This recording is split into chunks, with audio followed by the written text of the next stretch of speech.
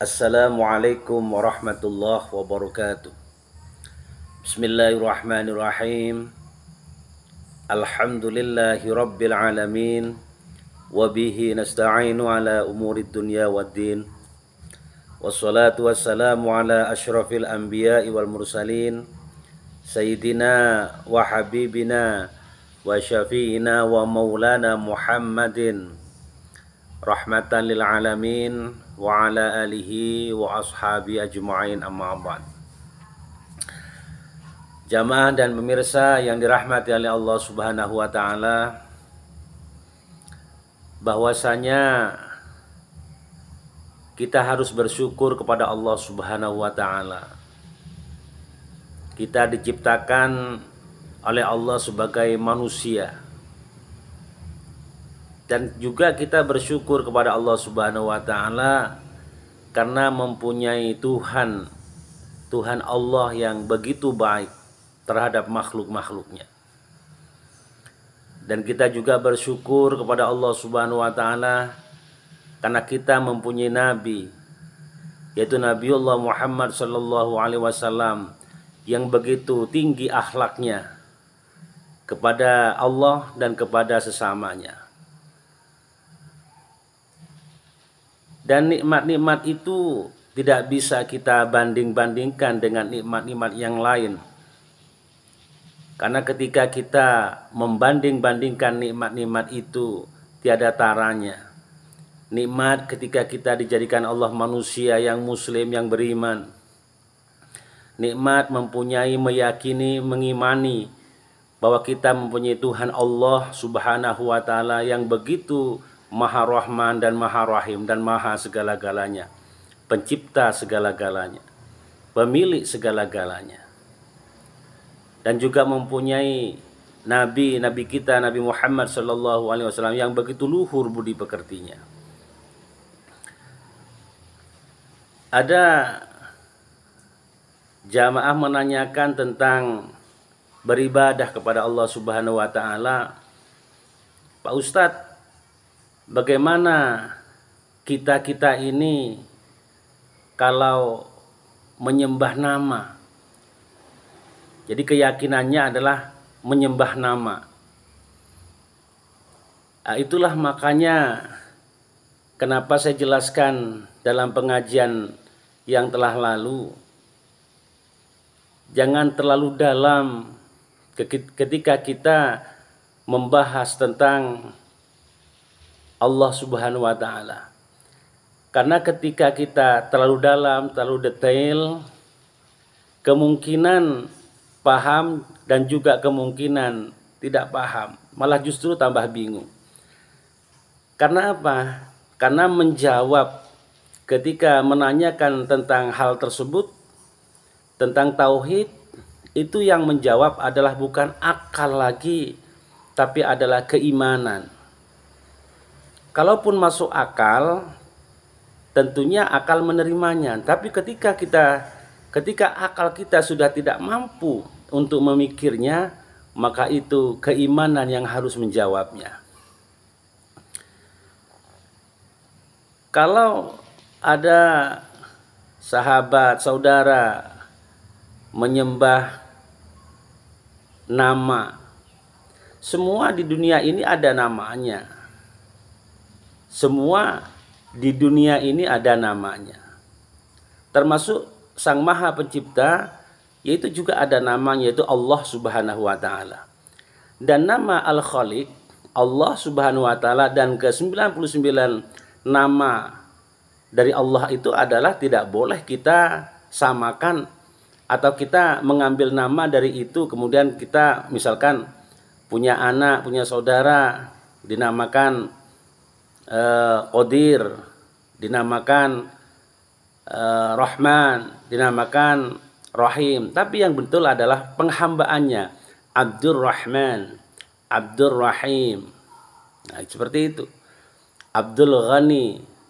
Jadi kalau cuma Ghani aja itu tidak diperbolehkan dalam syariat agama Islam. Karena itu adalah sifat Allah. Kemaha kayaannya, Al-Ghani, maha kaya. Ar-Rahman, maha pengasih. Ar-Rahim, maha penyayang. kalau mengambil nama itu yang sifatnya penghambaan. Abdullah, hamba Allah artinya. Atau nama yang lain yang tidak langsung nama Allah Subhanahu wa taala, atau nama yang ke-99 dari nama Allah itu. Kalau kita mengatakan bahwa kita itu menyembah nama, saya ilustrasikan seperti ini. Ketika kita menuliskan nama Allah di dinding, berarti itu adalah tulisan Allah, bukan nama Allah, tulisan.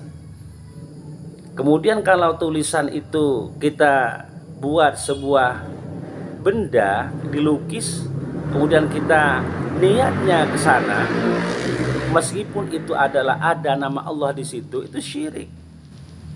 Bukan seperti itu. Jadi yang namanya menyembah itu adalah ketika kita menyembah kepada Allah, seolah-olah kita ini melihat Allah. Seolah-olah. Berarti kalau namanya seolah-olah kan artinya tidak melihat langsung. Tapi kalau melihat langsung artinya kita itu bohong. Kan seperti itu. Seolah-olah kita itu melihat Allah Subhanahu wa ta'ala. Fa illam yastati, kalau kita tidak mampu membayangkan seperti itu, yakin bahwa Allah itu adalah yang melihat kita. Fa innahu yaraka, maka Allah yang melihat kita. Yakini itu. Karena ibadah itu adalah butuh keyakinan. Jadi kalau kita ini menyembah Allah, bukan menyembah nama, menyembah Allah. Dan ini, jawaban ini adalah jawaban keimanan, bukan jawaban akli, bukan jawaban akal. Kalau kita menjawabnya akal, itu tidak sinkron. Jadi harus menjawabnya dengan keimanan. Seberikan suatu contoh. Kalau Allah itu mempunyai singgasana. Jadi kalau dalam ayat kursi itu adalah wa ilahukum ilahu wahidul la ilaha illa huwar rahmanur rahim. Allahu la ilaha illa huwal hayyul qayyum. La ta'khudhu sinatu wa la naum. Lahu ma fis samawati wa ma fil ardh. Man dzal ladzi yashfa'u indahu illa bi'idznih. Ya'lamu ma baina aydihim wa ma khalfahum wa la yuhitun bi syai'in min ilmihi illa bima syaa. Wasi'a kursiyyuhu samawati wasi'a kursiyyuhu samawati wal ardh. Wasi'a kursiyyuhu samawati wal ardh wa la ya'uduhu hifdhuhuma wa huwal 'aliyyul 'azim.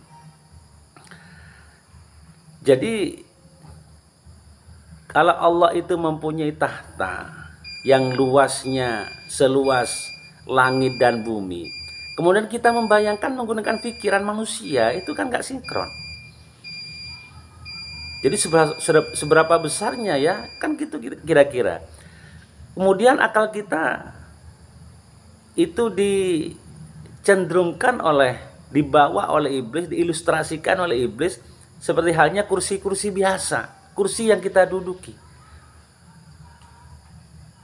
Oh, berarti seperti ini kursinya, singgasananya. Ya enggak seperti itu. Karena Allah itu adalah maha suci, maha segala-galanya. Kalaupun sama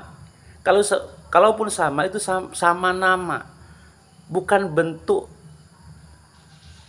dan seterusnya. Karena apa? Mukhalafatul lil hawadis. Allah itu adalah berbeda dengan semua makhluk-makhluknya. Jadi Allah itu berbeda dengan semua makhluk-makhluknya. Kemudian kalau Allah misalkan diam di suatu tempat, apa diamnya Allah itu sama dengan makhluk? Sama dengan diamnya kita pada kesempatan ini? Kan tidak. Nah itu yang menjawab itu keimanan, bukan akal. Kalau akal nanti gak mampu menjawab seperti itu. Kemudian kalau Allah itu adalah ya hayyu ya qayyum misalkan, maha hidup, maha berdiri sendiri, qiyamu binafsih misalkan, apakah hidupnya Allah itu sama dengan hidupnya kita? Jadi kalau bahasa-bahasa yang sama itu adalah tidak sama bagi Allah Subhanahu wa taala. Seperti halnya kalau kita ini mengikuti waktu yang ada zaman namanya. Jadi ketika kita jam sekian kita harus sholat subuh misalkan, jam sekian kita harus sholat duhur menggunakan waktu. Allah itu yang membuat waktu, tapi Allah itu tidak tergantung pada waktu. Ya, kenapa? Karena Allah itu yang membuat waktu. Membuat waktu itu adalah makhluk Allah. Nah, kalau kita adalah beribadah kepada Allah Subhanahu wa taala, Allahu Akbar. Itu yakin seyakin-yakinnya kita itu menyembah Allah Subhanahu wa taala yang pemilik manusia, yang menciptakan manusia, menciptakan alam semesta ini. Kalau kita membayangkan cuma nama kemudian ditulis supaya mantap, malah justru kita itu tersesat. Jadi menyembah tulisan, menyembah nama itu nggak boleh, tidak boleh. Jadi adalah yang disebut Allah itu ketika bibir mengucapkan, hati itu meyakini bahwa Allah itu adalah Tuhan kami, Tuhan semesta alam, pemilik segala-galanya. Dan kemudian ada lagi yang menanyakan bahwa kami berdoa detik, jam, hari, saya bisikkan kepada bumi misalkan. Kemudian ada yang menyangkalnya jangan seperti itu. Jadi harus berbisik kepada Allah. Itu kan namanya sufisme. Jadi kita ini jangan, meskipun kita itu dekat dengan Allah, jangan so akrab gitu maksudnya. Jadi adab itu perlu. Kalau dengan Allah itu bukan berbisik, tapi memohon. Nah itu. Jadi dalam Al-Quran itu harus indah bahasa kita ini. Kalau berbisik nanti kita itu seolah-olah itu Allah itu punya telinga yang telinganya sama dengan kita. Waktu repot itu, sangat repot. Jadi Allah itu maha segala-galanya, maha suci. Jadi jangan dibayang-bayangkan seperti halnya manusia. Berbisik padahal seolah-olah kita berbisik seperti berbisiknya kita kepada kawan yang mempunyai telinga dan telinganya itu sama dengan kita. Ya Allahu Rabbi, jangan seperti itu. Bukan seperti itu, bukan. Jadi kita ini memohon kepada Allah Subhanahu wa taala.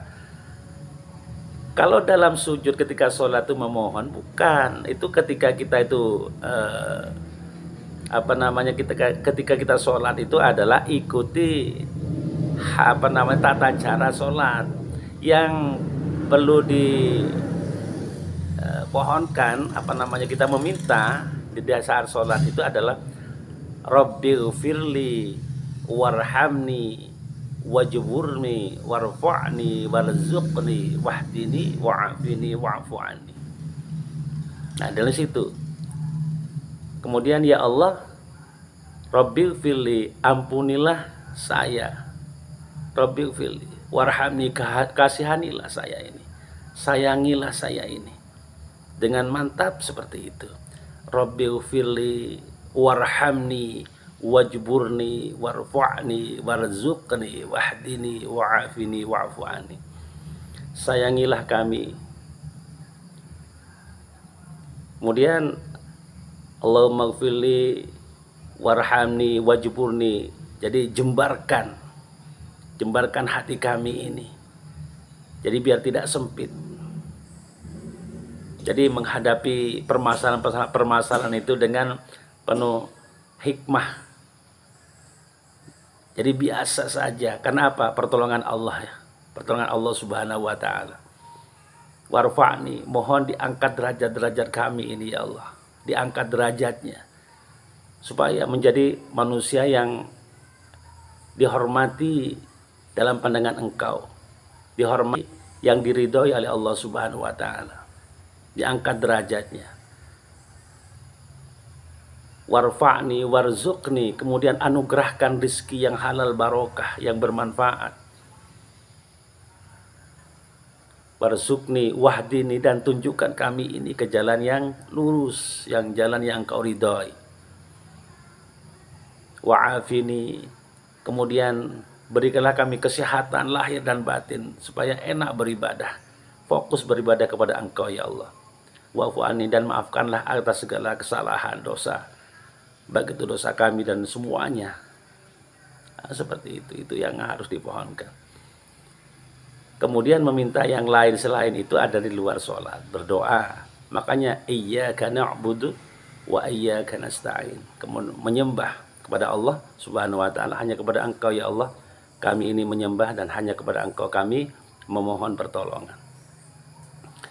Artinya segala sesuatu di luar sholat itu jangan dimasukkan ke dalam sholat. Misalkan kita mempunyai suatu perkara dimasukkan ke dalam sholat, jangan.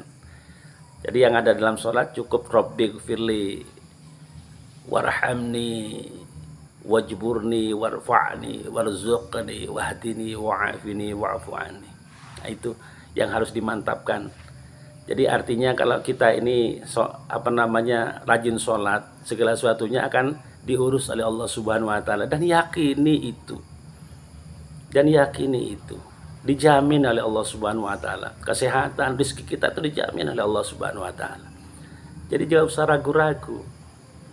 Ya, jangan kalimatnya berbisik. Jadi seolah-olah kita ini akrab banget, tapi dengan Allah itu jangan seperti itu. Jadi harus diperhalus bahasanya, itu memohon, bukan berbisik. Jadi kalau berbisik nanti kan asumsinya nanti bahwa kita ini berbisik kepada sebuah telinga, seperti telinganya kawan ketika kita berbisik kepada kawan. Wah, itu jangan, bukan seperti itu, bukan. Tapi kita memohon yang sedalam-dalamnya. Dan memohon itu adalah bukan sekali dua kali. Terus jangan berputus asa dengan mata Allah Subhanahu wa taala. Jadi sebenarnya kalau yang disampaikan oleh kawan jamaah tadi menyampaikan bahwa berbisik kepada bumi dan didengar oleh langit itu seolah kita ini dekat dengan Allah Subhanahu wa taala. Maksudnya kepada Allah Subhanahu wa taala, ya benar. Cuma bahasa itu tidak usah lagi disampaikan. Jadi bahasanya lebih halus, malah kita memohon kepada Allah Subhanahu wa taala, tidak berbisik kepada bumi. Nanti kan asumsinya kita nanti, hati kita nanti dijerumuskan oleh iblis bahwa kita ini adalah meminta kepada bumi. Nah, seperti itu. Jadi cukuplah kita itu kalau berdialog memohon kepada Allah Subhanahu wa taala. Ya, menengadah. Kalau sujud ya sujud, artinya mohon perlindungan, mohon pengampunan dan sebagainya. Artinya kita itu kecil. Yang maha besar itu Allah Subhanahu wa ta'ala. Allahu Akbar, Allah yang maha besar. Ar-Rahman, Ar-Rahim, Al-Ghani, Al-Mughni, Al-Alim, Al-Muta'alim, maha segala-galanya. Jadi begitu jamaah dan saudara-saudara, mudah-mudahan ini ada manfaatnya dalam kehidupan kita sehari-hari. Makanya kenapa saya sampaikan jangan terlalu dalam memikirkan tentang hal Allah Subhanahu wa taala, karena khawatirnya seperti ini. Jadi kita berpikir jauh, kita malah bingung, tersesat. Cukuplah berpikir tentang yang diciptakan saja. Kita pikirkan kita ini saja.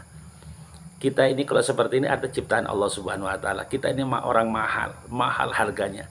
Coba berapa harganya telinga pendengaran, berapa harganya penglihatan. Bayangkan aja itu yang diciptakan Allah pada diri kita ini, gak usah ke yang lain. Dalam diri kita ini sudah mahal. Nah, seperti itu yang harus kita pikirkan. Jangan berpikirkan tentang Allahnya. Nanti kita terlalu jauh, kita malah tersesat. Kenapa? Kemampuan berpikirnya kita nggak mampu. Demikian, mudah-mudahan ada manfaatnya. Wabillahi taufiq wal hidayah. Wassalamualaikum warahmatullahi wabarakatuh.